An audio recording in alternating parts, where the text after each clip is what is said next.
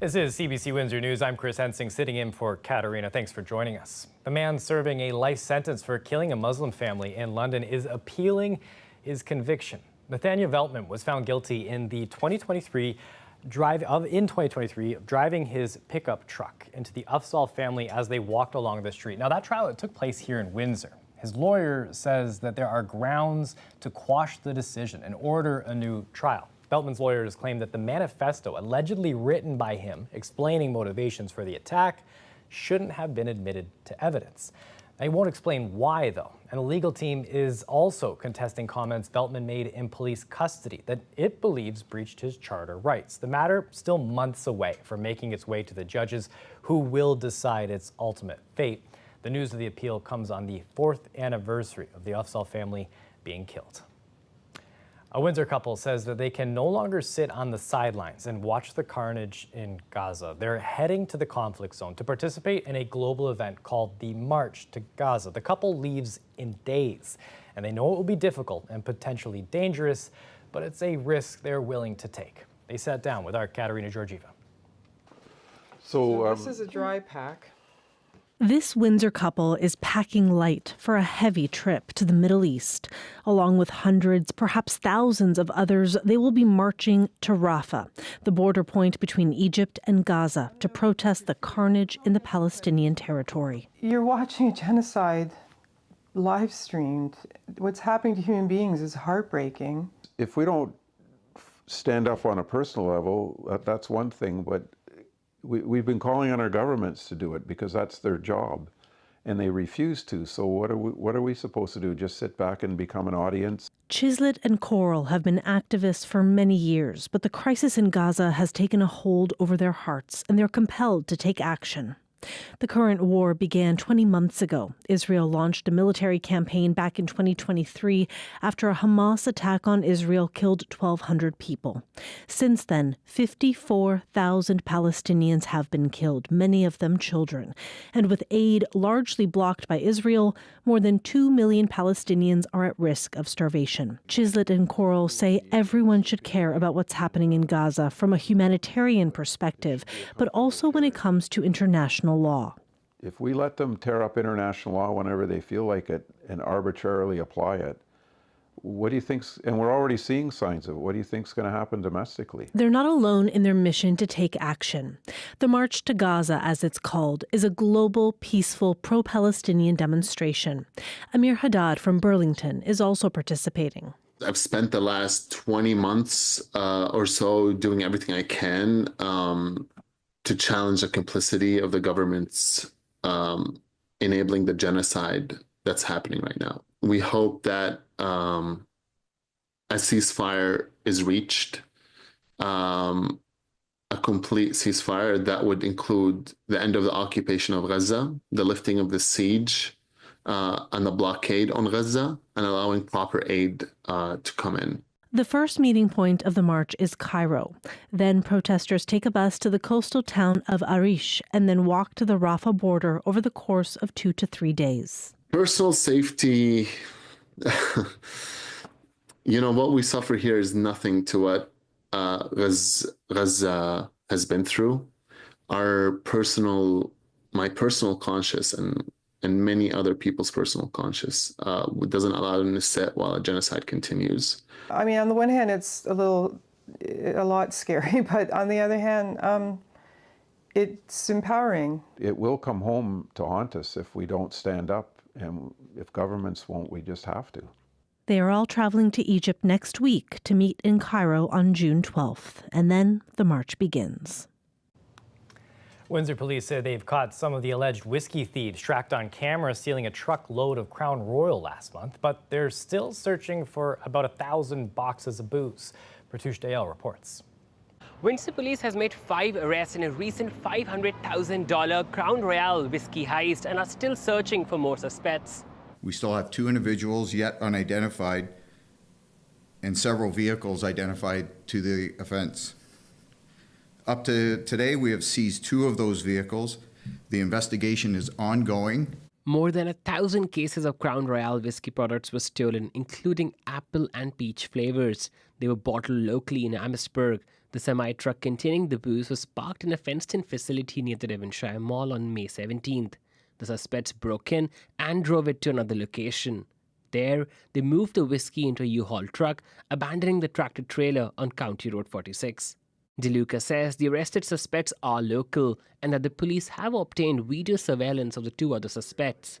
DeLuca says hundreds of cases are still missing, and the investigation shows that the product was moved to different places. We have several locations that are still under investigation. We have executed 2 warrants so far at locations. We've recovered 66 of the 1,072 boxes that are missing.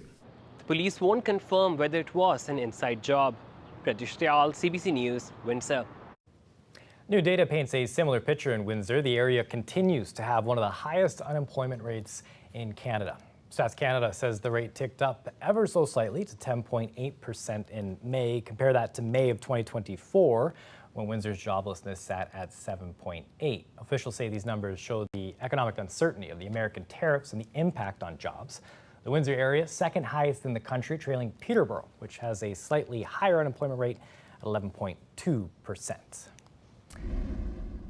That there is the haze hovering over Windsor and downtown Detroit. Smoke blowing in from dozens of wildfires burning in the prairies. Colette's been tracking all of this for us. She joins us now here. Colette, how long can we expect the smoke to stick around?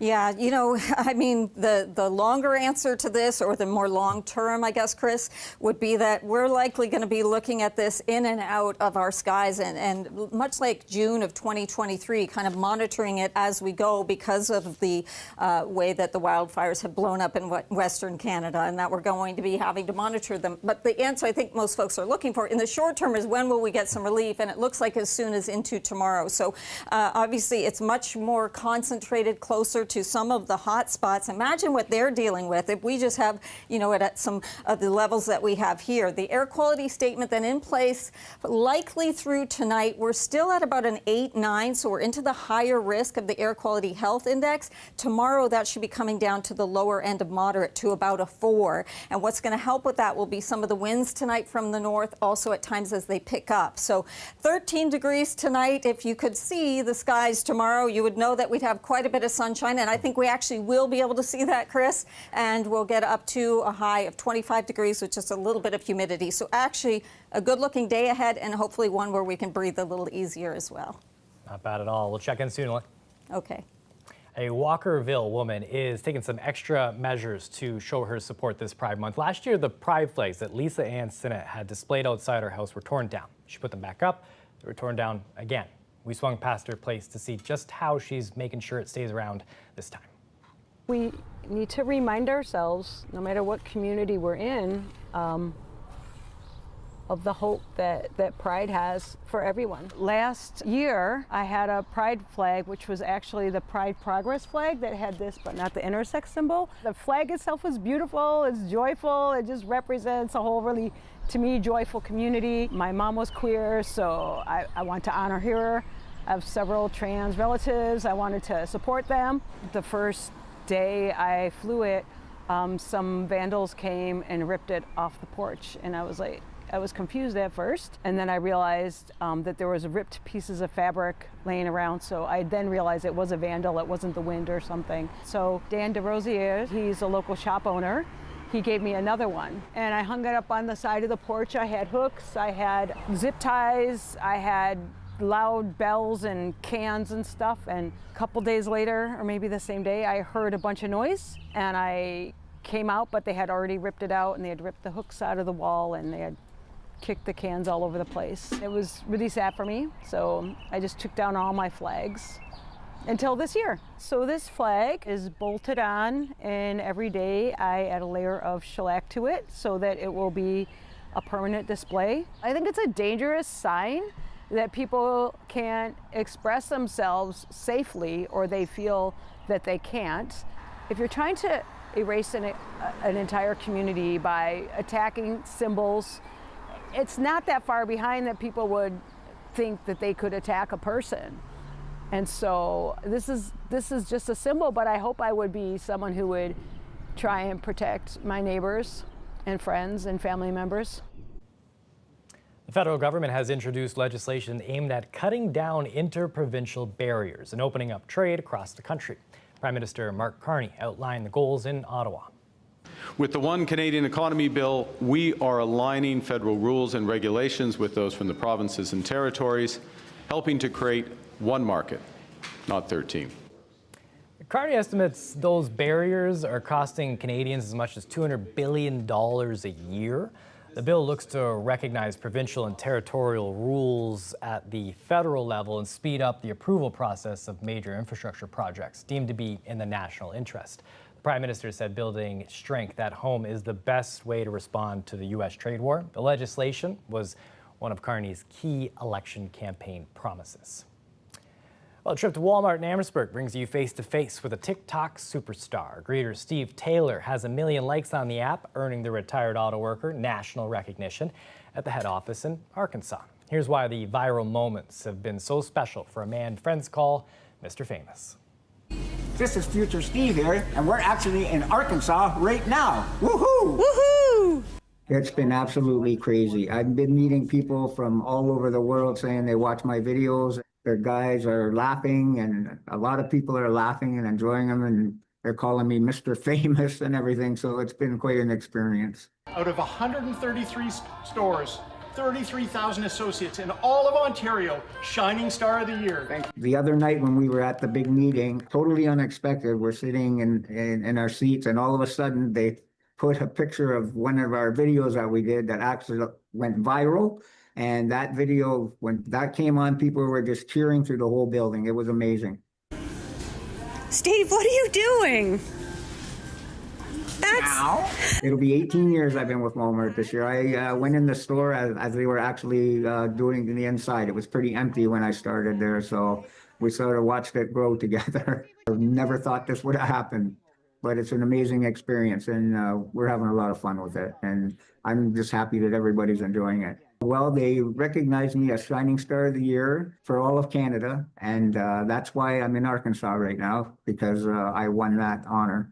And I'm very happy they chose me, because this is a one-in-a-lifetime experience, and it's just absolutely amazing. And there's many more videos and pictures to come, so stay tuned. Yay! Well, about a month from now, people will be able to pick sunflowers at the Puddleford Tree Farm. Each visit helps raise money for the Alzheimer's Society, and the owners say that the Kent Bridge operation makes for quite the photo backdrop. I think that people are always looking for an opportunity to get out and see new things, and certainly for us, we decided to do this because people love to go to see sunflowers. They're like other blooms. They're a great thing to take photos of, and we wanted to give people an opportunity to do that and not interfere with the commercial growers who don't want people walking through their fields.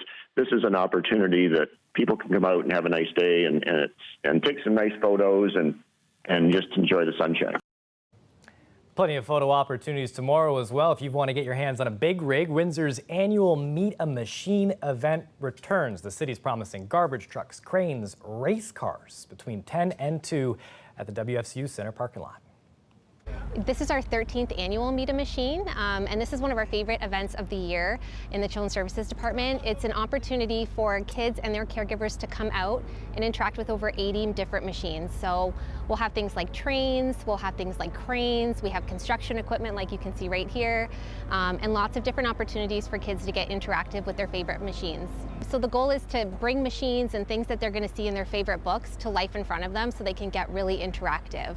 And then kids get to stop by our literacy tent while they're here as well and take a book with them home, and everyone gets a free book. So it's a really great way to connect literacy to the fun interactive events. Every machine has their operator with it for the event, and so kids actually get to talk to the operator, see how things work, get to feel out some of the buttons themselves, and get to ask them questions about their job. So it is a really good opportunity for that. But something you get to do with them and really experience that learning together. So it's a good way for families to come together and do a really family-friendly activity.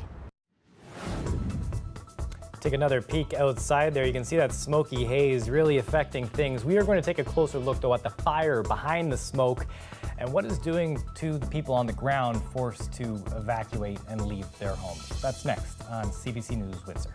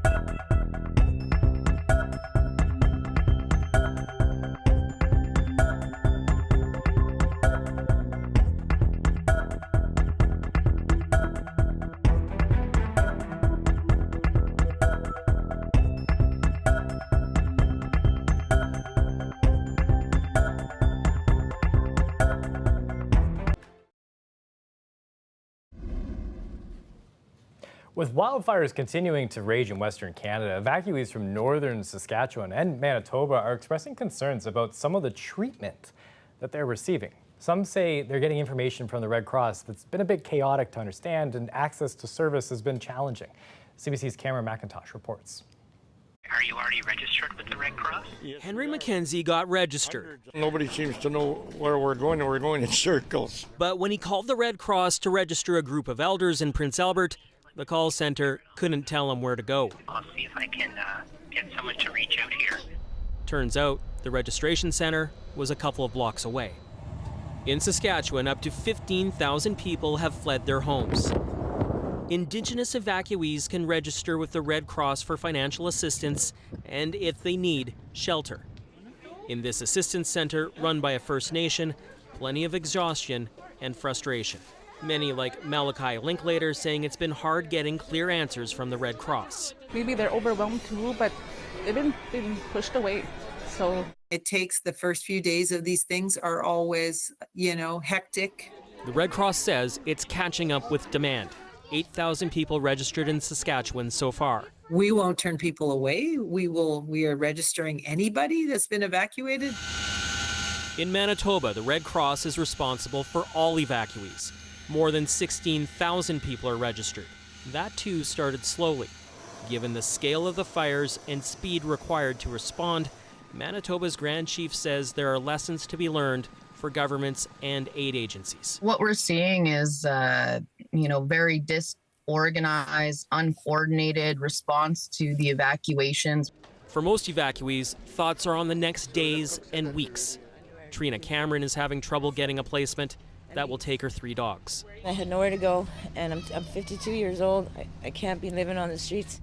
So far, nearly $7 million has been raised for wildfire relief through direct donations to the Red Cross and matching funds from the federal and provincial governments. Cameron McIntosh, CBC News, Prince Albert. Certainly puts that all in perspective here. Well, what a difference a week makes. Last Friday, U.S. President Donald Trump congratulates Elon Musk for creating the Department of Government Efficiency. But now, the world's most powerful man, the world's richest man, well, they're both at war. Sasha Petrusik has the latest. A lot of Americans, especially Republicans, have been watching the implosion of this celebrity bromance very closely, and it's happening in real time on the networks and online and even in the tabloids. Here's the headlines, for instance, in New York today.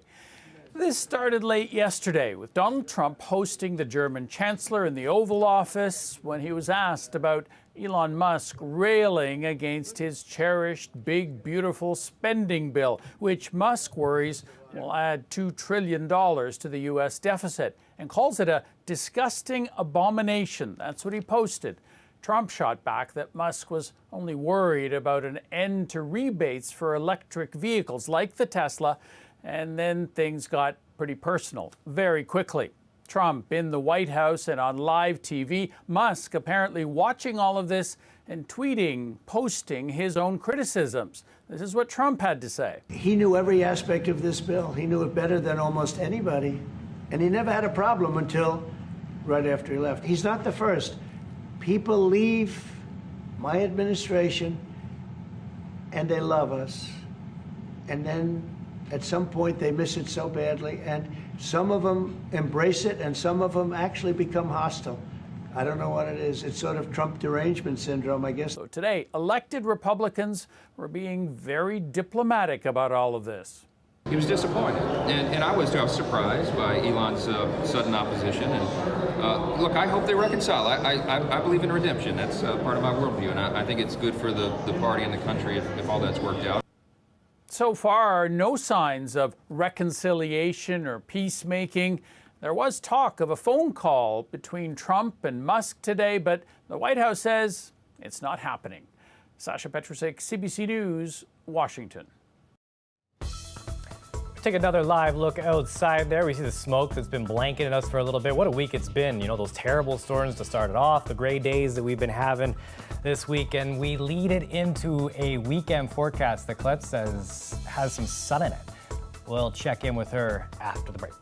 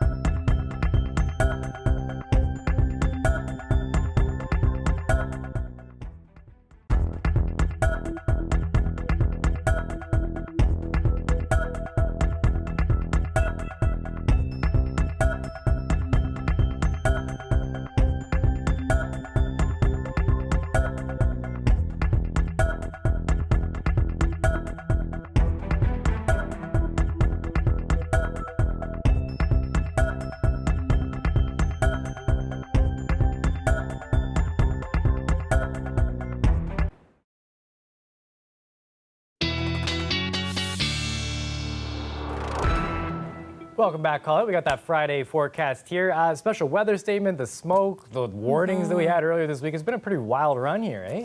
It certainly has, you know, and we've had several hours today where in many parts of southern Ontario, smoke being reported. For Windsor, it's been haze. And just now, you know, this past hour, at the top of the hour, actual sunshine. So we should be getting into a reprieve once we get into the overnight, and especially tomorrow, it looks like we'll get some improvement in that air quality. But for now, we certainly have that statement in place. Of course, just looking at those wildfires, and you know, I mentioned it earlier in the show, but you can really just imagine what it must be like to be actually closer to the hotspots and really dealing with this. We're just into the light, you know, skies with the smoke in it from being diffused from those fires, and we're even smelling it, seeing it, so, and into this air quality statement. So that's still in play for like I say, tonight, I'm hoping to get into some improvement for tomorrow. Just having a look at kind of what we've got. We're still towards the lower end, but right here near surface smoke is kind of getting towards that moderate rating there. You can see some of the greens, and then it goes back towards the lighter blue. So that's the improvement with the northerly flow of the winds tonight. They're not very strong, but hopefully enough that it clears that out a little bit, makes things a little more comfortable into Saturday. And then we're going to have to watch Sunday because it may go back up again. Your UV index, even with some hazy skies, it's 9 for Saturday, and it was looking like it might be a 3 and into the lower range, but now the forecast for the air quality health index is going to be a 4, so moderate for tomorrow. But that's certainly an improvement from the 8, 9, or even 10 plus that we had for a portion of the day today, where it was really into that very high risk. Current temperature is quite a comfortable 23 degrees, a little bit of humidity, yes, a little bit of spotty rain shower activity earlier in the day and some of that cloud cover. And once we got rid of that, we've had these improving conditions, and it's a nice setup for Saturday, which I like to see. Sunday, we have another system that's coming towards us. The models are keeping much of this moisture to the south, but I think you will likely see at least a few showers through the day as we move through Sunday, but especially into early Monday, and then we kind of get a break from that again. Your temperatures overnight tonight dipping down there towards the lower teens, lower to mid-teens, 25 for tomorrow, a nice looking day, Sunday 24, and then into next week as we go through the week, Chris, those temperatures will start to climb again. Not bad at all. New graphics package since I've been here, eh, Colette? Yeah, oh, you like the smoke? Yeah. I tell you, the new world, the new images. There you go. All right, well, thanks for this. Thanks for everybody watching. Cat's back on Monday. Have a good weekend. Good night.